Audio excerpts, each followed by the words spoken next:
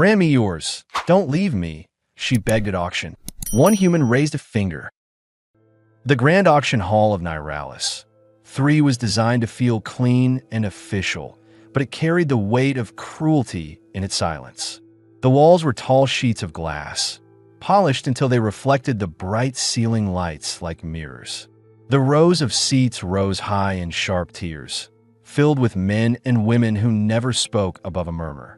The air smelled faintly of disinfectant, sharp and dry, like a hospital.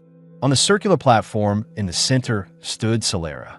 She had been brought here at dawn, processed like cargo, and now her life balanced on numbers that flickered on a glass pillar. Her body was dressed in nothing more than a silver strip of fabric that crossed her chest and wrapped around her hip. It left her stomach bare, her thighs uncovered, her dignity cut away.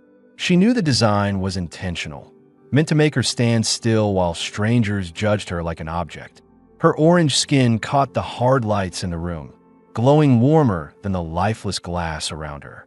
Long white hair fell down her back, sticking slightly from the heat of the lamps. Her chest rose and fell faster than she wanted. She had promised herself not to show fear. But standing here, her wrists tingling where restraints had been removed only minutes earlier, fear still worked its way under her ribs. "Brand me yours," she said, her voice quiet but clear enough to carry through the room. "Just don't leave me." Her words hung in the silence. People shifted in their seats, but no one answered. A few averted their eyes, not because of shame, but because indifference was easier. She saw it for what it was. They wanted her to fade into the background, another hybrid no one valued. From the aisle, Aaron Hale sat forward slightly. He had no plan to be here. He was a logistics scheduler now, spending his days moving cargo assignments across Niralis's endless canal routes. His life had been reduced to schedules, numbers, and the quiet order that kept him from thinking too hard about the years before. Years in the Federation cockpit. Years carrying orders that ended with people dead. He had walked into the auction hall that night because his apartment window overlooked the canals, and the rain tapping against the glass had kept him restless. He told himself he was only curious. But the moment Celera's eyes swept across the hall and locked onto his chest tightened. Her look wasn't desperate, it was defiant. A demand, even when stripped and humiliated. And he couldn't let it dissolve in the silence. The host's voice broke through the air. "Lot 1. Hybrid female. Verified health. Contract final. First bid." No one moved. Aaron raised his hand. Slow, deliberate. The pillar beeped once, registering his offer. The host waited for another, eyes darting toward the wealthier buyers, but none came. The silence stretched thin. "Sold," the host announced, baton striking the podium with a sharp note. Celera blinked.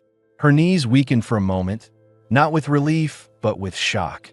She had expected to be ignored. She had expected to be led back in a holding, discarded, resold, or worse. Instead, one man had raised a hand. Aaron stood, his tall frame casting a clear shape against the polished floor. His jacket, slate gray and plain, looked almost out of place among the jeweled fabrics and gilded coats of the crowd. His boots were scuffed, his posture straight. He moved down the aisle without hesitation. Celera's thoughts shifted between suspicion and fragile hope. Men who saved women at auctions rarely did so out of kindness. She braced herself, waiting for the mask to drop. Aaron reached the platform and removed his jacket in one practice motion. He held it out, not forcing it onto her, only offering. "Wear it if you want." His voice was low, steady, not commanding, not soft, just calm. She searched his face for hunger, for cruelty, for the spark of a man who had bought her only to use her. His dark eyes gave nothing away, only discipline, like a man used to holding back more than he revealed. After a pause, she took the jacket and pulled it around her shoulders. The inside carried a faint smell of soap and oil, clean and practical. It swallowed the silver wrap. For the first time that day, she felt something close to covered. An attendant led them into a corridor lined with white panels. Blue exit strips pulsed at their feet. Inside a transfer room, a clerk pushed a tablet and a steel brand tag across the table. "Optional branding kit," the clerk droned. Aaron slid the tag back without hesitation. Not interested. Solera narrowed her eyes at him. He had refused the mark? She hadn't expected that. The clerk looked annoyed, but completed the transfer. 2 thin cards, printed with their names, slid across the table. The sound of the stamp punching the corner was final. Solera lifted the glass of water on the desk, her hand shaking slightly. She drank and placed it back with care. "You could have left me," she said flatly. "I didn't," Aaron replied. "Why?" "Because I don't like people pretending others don't exist." She studied him. His answer wasn't kind. It wasn't romantic. It was factual. That unsettled her more than rehearsed sweetness ever could. Aaron's thoughts, as he looked at her, were heavier than his words. He had spent years shutting out connections, afraid that reaching for anyone would collapse the fragile control he built after leaving the service. Yet here he was, breaking his own rule because something in her gaze refused to be ignored. When they stepped out onto the service dock, the night air wrapped around them, damp from rain. The neon glow of Narrated canals painted the water in shifting bands of blue and red. Solera tightened his jacket around her chest and stopped for a moment at the threshold. "If I go with you, what am I?" she asked. Aaron turned toward her, water beading on his hairline. "Not property, not a prisoner, just a person in my apartment. That's it." His words were plain, stripped of decoration. She felt her chest tighten. He was either the most dangerous kind of liar, or the first man who had told her the truth. She nodded once, as if testing her own choice, and stepped beside him. The city moved around them, indifferent. But for the first time in months, Solera felt she might have stepped out of survival and into something she didn't know the shape of yet. The service dock door closed behind them with a metallic click, muting the last echo of the auction hall. The air outside was cooler, touched by the chemical dampness rising from Narrated canals. Neon signs flickered across the water, broken colors stretching with every ripple. Solera pulled Aaron's jacket tighter around her shoulders. The inside lining was rough from years of wear, but it covered her better than the silver wrap ever had. Her bare feet stung against the cold pavement, each step reminding her that she had been displayed like property only minutes ago. Aaron noticed. He slowed his pace just enough for her to match him, then said quietly, "We'll stop at my place first. Shoes later." He spoke without looking at her, eyes scanning the walkway and the passing crowd. He was deliberate, like someone who measured threats even in places where others saw none. She glanced at him, searching for signs of arrogance or hidden intent. Instead, she saw discipline in the way he moved, shoulders straight, steps balanced. He was not eager, not greedy, and that unsettled her. "Why did you really bid?" she asked suddenly, her voice sharper than she intended. He didn't slow. "Because I couldn't stand how they looked at you, like you were already gone." That answer sat in her chest heavier than she wanted. She turned her gaze forward again, lips pressed together, unwilling to let him see how much it mattered. The apartment block wasn't far. 7 stories of concrete with narrow balconies, wedged between 2 larger towers. The stairwell smelled faintly of detergent and rust. Their footsteps echoed as they climbed, and Solera's grip on the jacket stayed tight. At the 7th floor landing, Aaron paused, checking her face before unlocking the door. "This is it. It's small. Simple." He pushed the door open. The room was one space, divided only by a half wall separating the bed from the kitchen. A wide window overlooked the canal, letting the neon spill in blue and red streaks across the floor. A folded mat sat near the bed, a sign that he didn't plan to take the only sleeping space for himself. Solera stepped inside, her eyes sweeping across every detail. No clutter, no trophies. A few shelves stacked with ration tins, a pot, and 1 potted plant by the window. Everything here spoke of habit, not vanity. She found herself waiting for something: chains, surveillance devices, a hidden collar, but none appeared. Aaron closed the door behind them. Bathrooms on the left. Shower heats in under a minute. Towels are clean. Drawer under the bed has a shirt that'll fit better than that wrap. She hesitated. "You keep clothes for women here often?" His tone didn't change. "No, I keep spares for myself. The smallest one should fit you until we go to the market." She searched his face for a smirk, a hint of double meaning. There was none. He moved to the stove and set water to boil as if this were nothing more than routine. Solera finally exhaled and crossed into the bathroom. The silver wrap slipped off and landed on the tile. The hot water stung at first, then soothed the tension out of her muscles. She braced her hands against the wall, her breath heavy. In her mind, questions twisted. Was he really different? Would he wake her in the night? Was she fooling herself by following him here? When she stepped out, she wore his black shirt. The fabric fell to mid-thigh, the collar loose on one shoulder. Damp hair clung to her back. She walked barefoot across the floor, every step cautious, as though expecting judgment. Aaron set a bowl of noodles and broth on the table without looking at her directly. "Eat," he said. She sat. The steam rose into her face, carrying garlic and spice. Her hands trembled for a moment before she steadied them and began eating. She took quick, careful bites, watching him over the rim of the bowl. He sat opposite, arms folded, letting her eat in silence. After several minutes, she spoke. "If I sleep here tonight, do you lock the door?"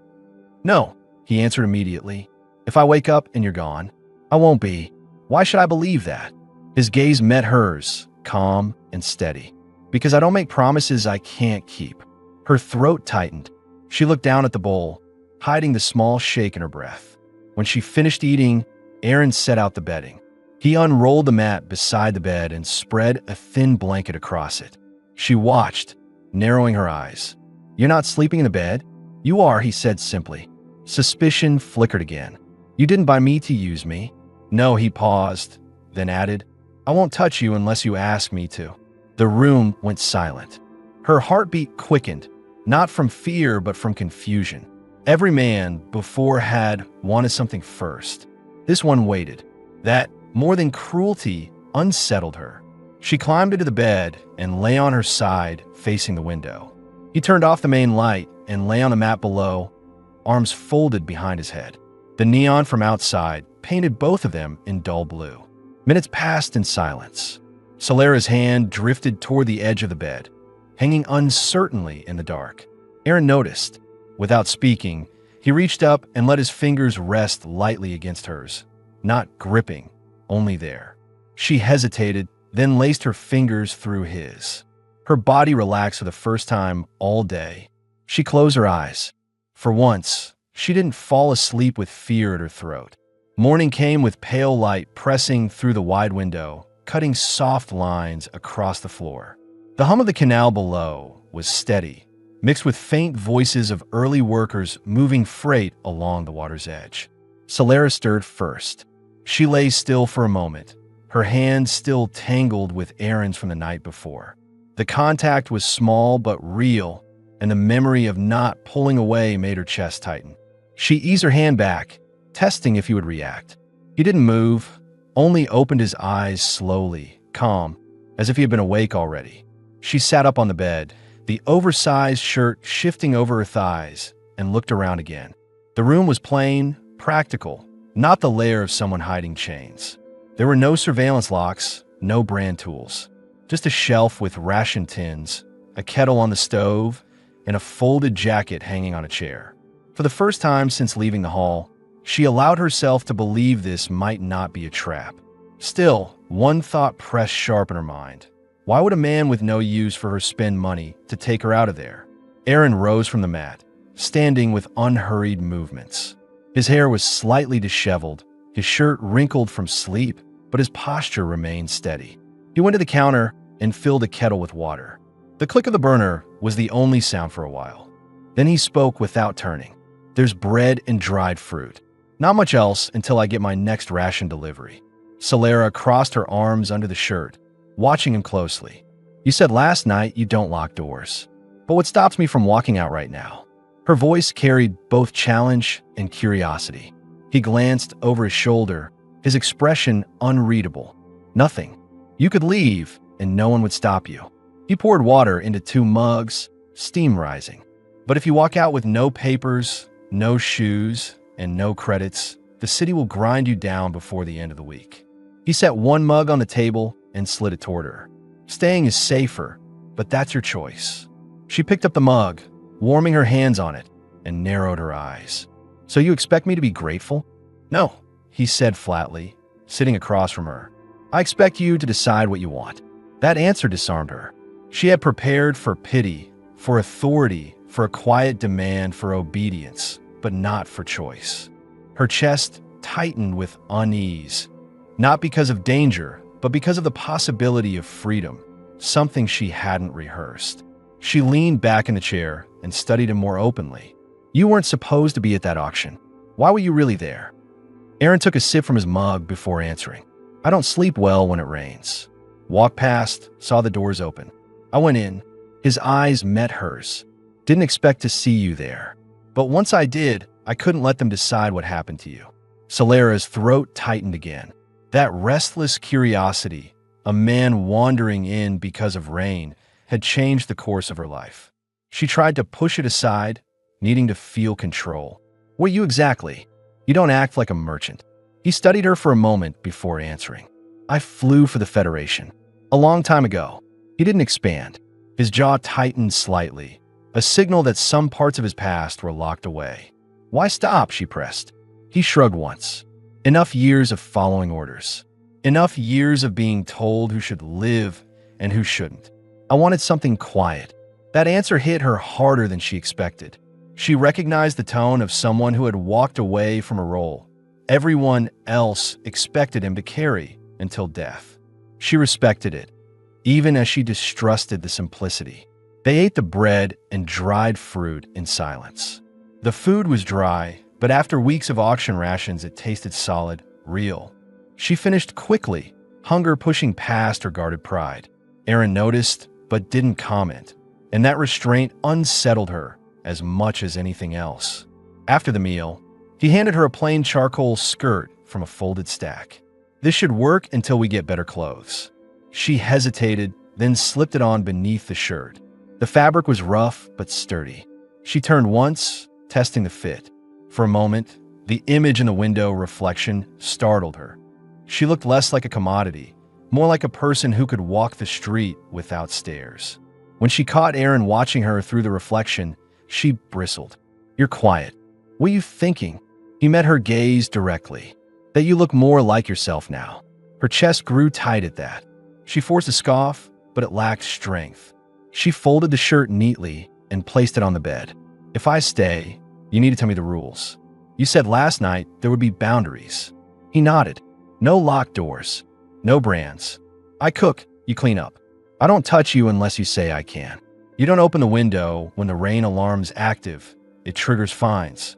That's all." She raised a brow. "Simple. Life works better when it's simple." Solera sat on the edge of the bed, considering. Her mind ran through the questions she still hadn't asked. Would he grow tired of her? Would he cast her back into the streets once she had nothing to offer? She didn't voice them. Instead, she looked at him steadily. "I'll test you. I'll push until I see where you break." Aaron didn't flinch. I know. That calm acceptance shook her more than if he had threatened her. For the first time since she had been taken from her home, she felt like the real test might not be his character, but her own ability to believe it. The day outside grew brighter, the neon fading into daylight. From the window, the canal traffic thickened with barges and drones. Narrated. 3 went on with its indifference. But inside the apartment, the silence carried something else, an unspoken agreement that this was no longer a transaction. It was the fragile start of something neither of them could name yet. By late afternoon, the light outside the window shifted from pale white to a deeper orange, throwing reflections across the canal. The city was waking into its second rhythm, when workers finished their shifts and markets opened to catch the flow of tired bodies. Aaron set his mug down on the counter and looked at Solera. "We need food. Fresh clothes, too. Ready to walk outside." Solera hesitated. The thought of stepping into a crowd while still carrying the memory of standing half-naked on a platform made her chest tighten. But she refused to show fear. "I can walk," she said flatly. Aaron gave a single nod. He pulled on his jacket, checked the inside pocket for credits, and gestured to the door. "Stay close, but don't look like you're following me. People here notice weakness." His tone wasn't harsh, just practical. The stairwell echoed with their steps as they descended. Solera's bare feet slapped against the concrete, a sound that made her feel exposed. At the bottom, Aaron stopped at a small vendor tucked into the corner of the block. The woman behind the counter glanced at Solera once, her eyes sliding over the shirt, the skirt that didn't quite fit, and the bare feet. Without a word, Aaron bought a pair of sandals and placed them on the ground in front of Solera. "Try them," he said. Solera raised her chin. "Do you always decide what women wear?" Aaron's eyes narrowed slightly. "I decide what keeps you from bleeding on broken glass. You can choose everything else." Her lips parted at the sharpness of his answer. She slipped her feet into the sandals. They were simple, worn leather, but they fit well enough. She muttered, "Better." They walked toward the market district. The streets were crowded, filled with vendors shouting prices and children weaving between stalls. Overhead, neon signs blinked to life as the sun dipped lower. Solera felt eyes on her, some curious, some dismissive, but no one stopped them. Still, every glance pressed into her like a weight. Aaron noticed her stiff shoulders. "Ignore them," he said quietly. "That's easy for you," she muttered. He glanced at her. "You think I don't look at me? I'm human, living on a colony that doesn't want us here. They watch, same as you." That truth hit harder than she expected. She had seen humans in Iralis, but she hadn't considered what it cost them to remain here. For the first time, she realized he wasn't just a rescuer. He was an outsider too. At the first market stall, Aaron bought flatbread and a jar of fermented grain paste. The vendor's eyes lingered on Solera's skin, then flicked to Aaron. "Unusual choice," the vendor said with a smirk. Aaron's response was quiet but sharp. "We're not buying conversation." The vendor looked away quickly.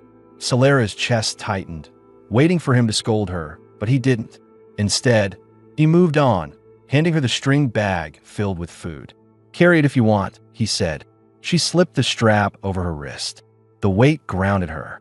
For the first time since leaving the auction hall, she felt she was participating in her own survival instead of being dragged through it. As they wound through the stalls, Solera noticed the small ways Aaron moved. He kept half a step ahead, clearing space when the crowd pressed too tight.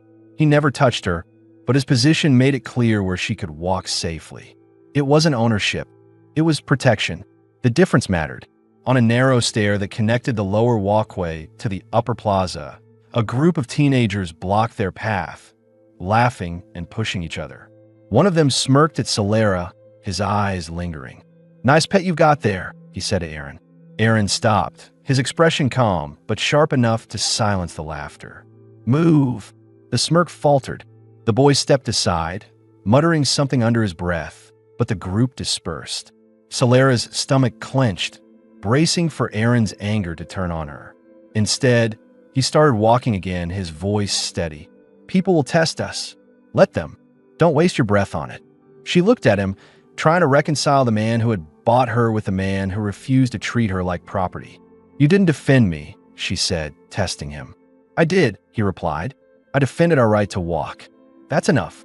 The simplicity of his answer silenced her. They returned to the apartment after dark, the bag filled with food and a small bundle of new clothes for Solera. Inside, the room felt warmer than before, the neon glow from outside giving it color. She unpacked the fruit onto the counter, washed one, and bit into it. Juice ran down her wrist, and she licked it without thinking. Aaron's eyes flicked to her hand, then back to the window. He didn't comment, but the air between them shifted, charged, silent. Solera noticed and stepped a little closer as she hung the empty bag on a hook. Her hip brushed his side, lingering longer than necessary. "You're not moving," she said softly. "I don't need to," he answered. Her lips curved just slightly. For the first time, she believed he might mean it. Rain returned that night, heavy and steady, drumming against the wide glass window until the whole room seemed to pulse with the sound. The canals below rippled like hammered metal under each drop. Inside the apartment, the air carried the damp smell of the storm mixed with the faint spice of the food they had eaten.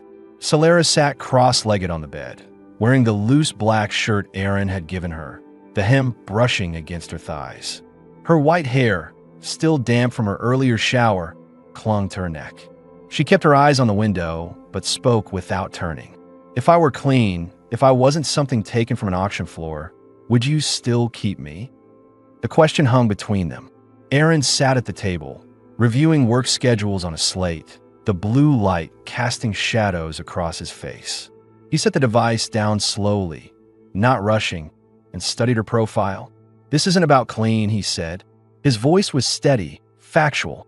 For me it is, she shot back, sharper than she meant. Her hand tightened in the fabric of the shirt at her knee. Men see dirt, and they think it's their right to wash it off however they want. Aaron leaned back in his chair. He didn't argue. He didn't rise. He simply said, "Come here." Solera turned, wary. "Why?"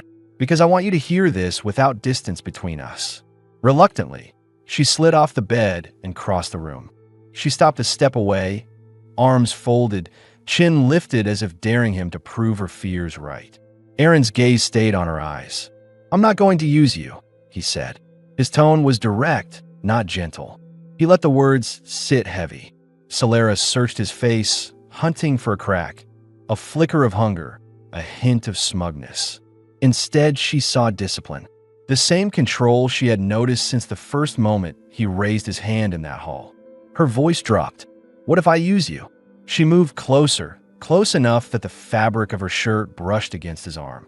She let her fingers drift down his forearm to his wrist, her touch light but intentional.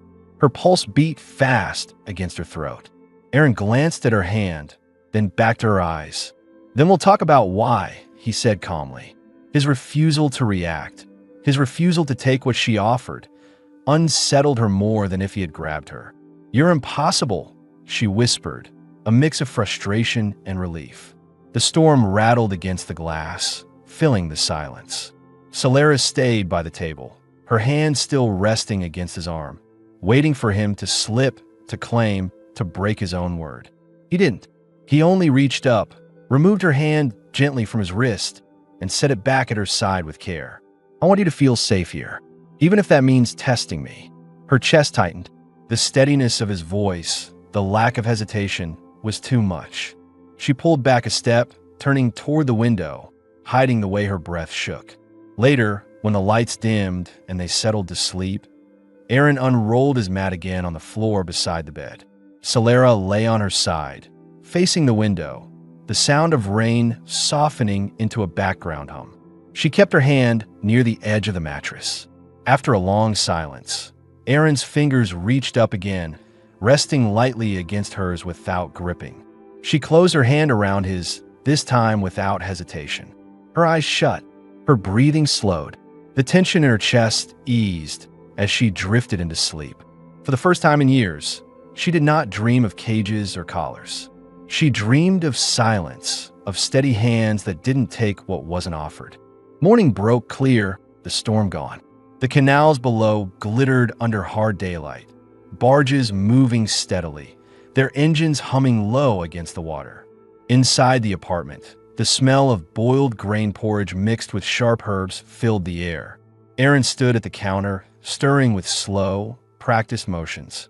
He didn't glance back when he heard the soft creak of the bed and Solera's bare feet against the floor. She approached quietly, still in his shirt, but now with the skirt from the market tied firmly around her waist. Her hair hung loose, white strands falling over her shoulders. Her voice was lower than the night before. "You slept on the floor again." Aaron turned just enough to catch her eyes. "Habit. Easier on my back." He set two bowls on the table, sliding one in front of her. "Eat. We'll need energy if we're going out." Solera sat, pulling the bowl close. She noticed the way he filled his own, modest, no more than hers. He wasn't hoarding, wasn't rationing her food to show power. She ate in quick bites, then slowed, realizing he matched her pace deliberately, as if to keep the moment balanced. When they finished, Aaron stood and grabbed his jacket. "We'll walk to the upper skyway today. More space than the markets below. Easier to get used to crowds." Solera stiffened. Crowds. Eyes. Whispers. The memory of the auction pressed at her throat. "And if someone says something?" she asked. "Then we keep walking," Aaron replied. "I'm not here to fight words. I'm here to make sure you're not touched." That distinction landed heavier than she expected. She stood, adjusting the waistband of the skirt, and followed him out. The streets were alive with movement. Vendors shouted from stalls, their voices carrying over the clatter of carts and drone traffic overhead. People moved in flows like water bending around corners. Celera walked half a step behind Aaron, her fingers brushing the side of the string bag he carried. She felt eyes on her again, some curious, others openly hostile, but Aaron's steady stride anchored her. They reached the stairway leading to the glass skyway. The steps were slick from the storm, and Celera hesitated. Aaron noticed. Without a word, he adjusted his pace and placed himself on the outer edge, giving her the inside rail. It was a small gesture, but it struck her. He thought about the details she hadn't asked for. The skyway stretched wide, a glass floor with the canals visible below, lined with transparent barriers that reflected neon advertisements. Barges moved beneath their feet, and children pressed against the edges to watch. Celera walked stiffly at first, the glass floor unsettling under her bare sandals. Aaron kept his position steady beside her, not leading, not following, simply there. They stopped at a stall serving hot broth in paper cups.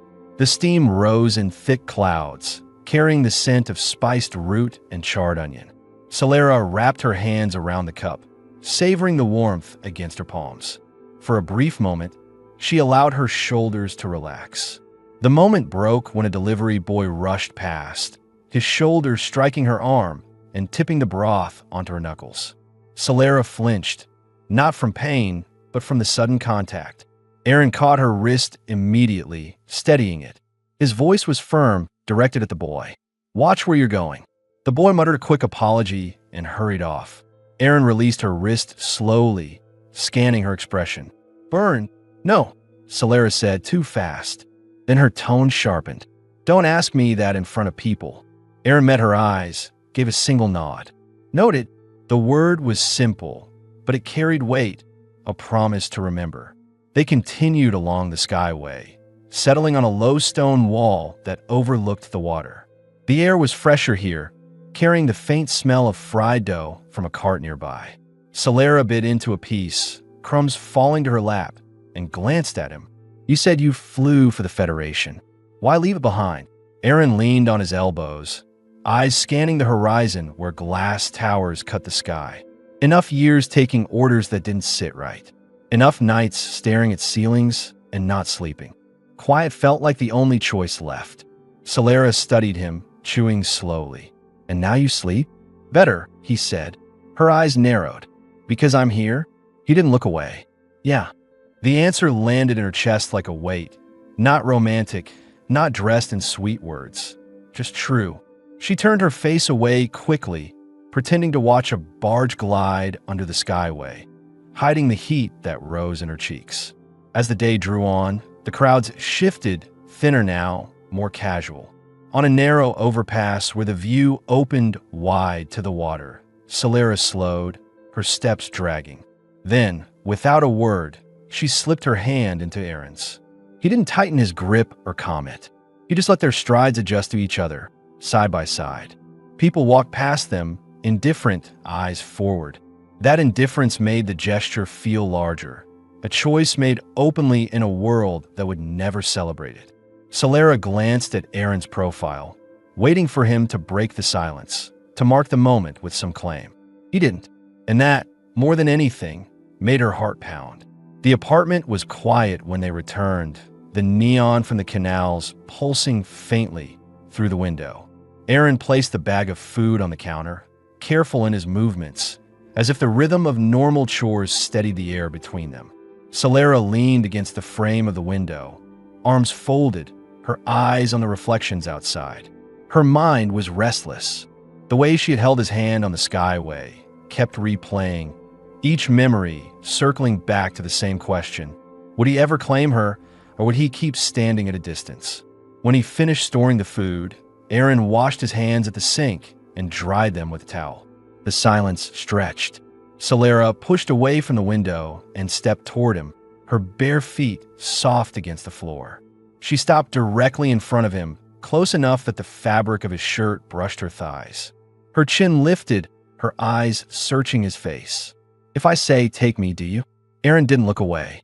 He folded the towel neatly and set it on the counter. His voice stayed level. "No, not like that." Her jaw tightened. "Why not? Isn't that what men want?" "I want you," he said simply. "But I won't take you. Not without you meaning it." The steadiness of his tone made her chest tighten. She let the black shirt slip lower off her shoulder, exposing more skin, watching for any break in his composure. "Say it again," she whispered. "I want you," he repeated, calm and certain. For a moment, she almost expected him to grab her, to lose the control that frightened her more than cruelty ever could. Instead, his hand rose, not to claim, but to gently lift the fabric of her shirt back over her shoulder. The movement was slow, deliberate, respectful. Her breath caught. The tension that had been wound so tight inside her chest cracked. She stepped back half a pace, not in retreat, but in disbelief. "You're the most infuriating man I've ever met," she said, her voice trembling more than she intended.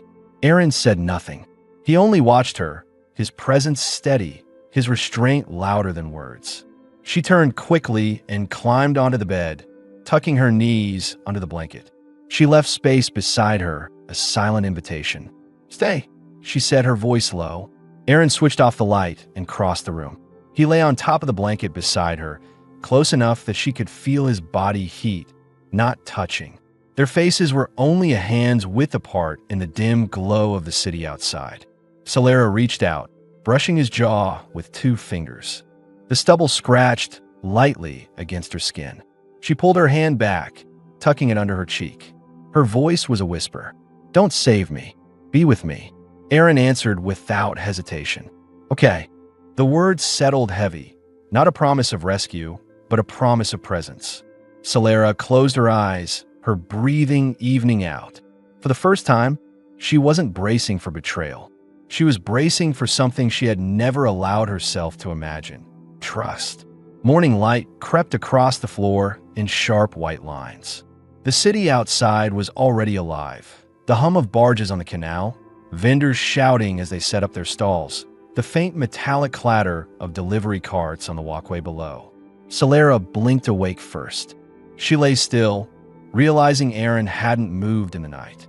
He was on his side, breathing steady, eyes closed but not heavy with sleep. He was the kind of man who never fully switched off. She shifted under the blanket, watching him. He looked younger like this, less guarded, though the lines at the corners of his eyes told their own story. She thought back to the auction platform, the lights, the eyes that had refused to see her.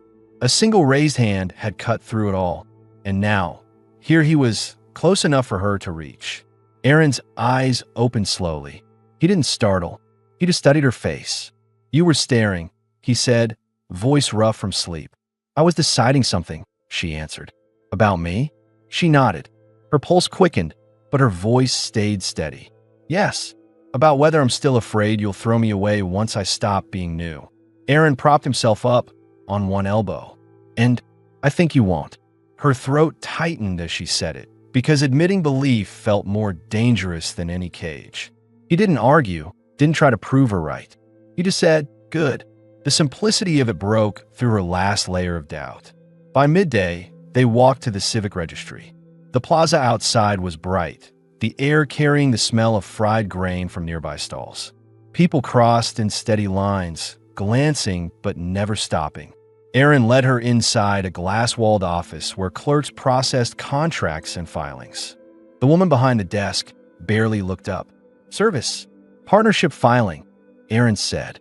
His tone was calm, firm. The clerk slid 2 forms across the counter. "Brand clause?" she asked automatically. "No brand. No property terms," Aaron said before Solera could tense. The clerk typed without expression. "Sign here." Solera picked up the stylus. Her hand didn't shake. She wrote her name in sharp strokes, pressing harder than necessary, as if carving it into the surface. Aaron signed beside hers. The clerk stamped the papers, the sound sharp and final, and handed over 2 thin cards with their names linked. Done. That was it. No applause. No witness. just a stamp and 2 cards. But for Solera, it felt larger than any ceremony. Outside, the sun hit hard against the plaza tiles. Solera stopped at the edge, her eyes scanning the skyways overhead, the water below, the city that had once watched her stripped on a platform. She turned to Aaron and lifted his hand, pressing it against her cheek. The warmth of his palm was steady. Her silver eyes locked on his. "No chains," she said quietly. "No chains," he repeated. The crowd around them didn't pause. No one cared, and that was the point. Their choice was theirs alone. Back at the apartment, Solera opened the drawer where she had shoved the silver auction wrap. She pulled it out, held it for a moment, then laid it flat on the table. Aaron watched from the window, saying nothing. She folded it once, twice, then pushed it across the table to him. "Trash it." He took it, dropped it into the bin without hesitation. She exhaled, shoulders loosening as if a knot inside her chest had finally come undone. That night, the window was open, the canal air drifting in cool currents. Solera stood by the bed, still in his shirt, her hair falling straight down her back. She looked at him, her voice calm but firm. "You're not sleeping on the floor tonight." Aaron didn't argue. He crossed the room, lay on the mattress beside her, and pulled the blanket over them both. She shifted closer, pressing her forehead against his chest, listening to the steady rhythm of his breathing. In the quiet, she whispered, "I thought I'd have to beg you to keep me. You asked me to choose you," he said, his hand brushing through her hair. "And you did. I'll keep choosing you," he answered. She closed her eyes, a small, genuine smile touching her lips. For the first time in her life, she felt the ground beneath her feet was steady. The city outside would keep moving, indifferent, but in this room there was no uncertainty left. She was no longer property, no longer disposable. She was chosen, and she had chosen back. The rain didn't return that night, only silence, and the sound of 2 people finally at rest in the same bed, without fear.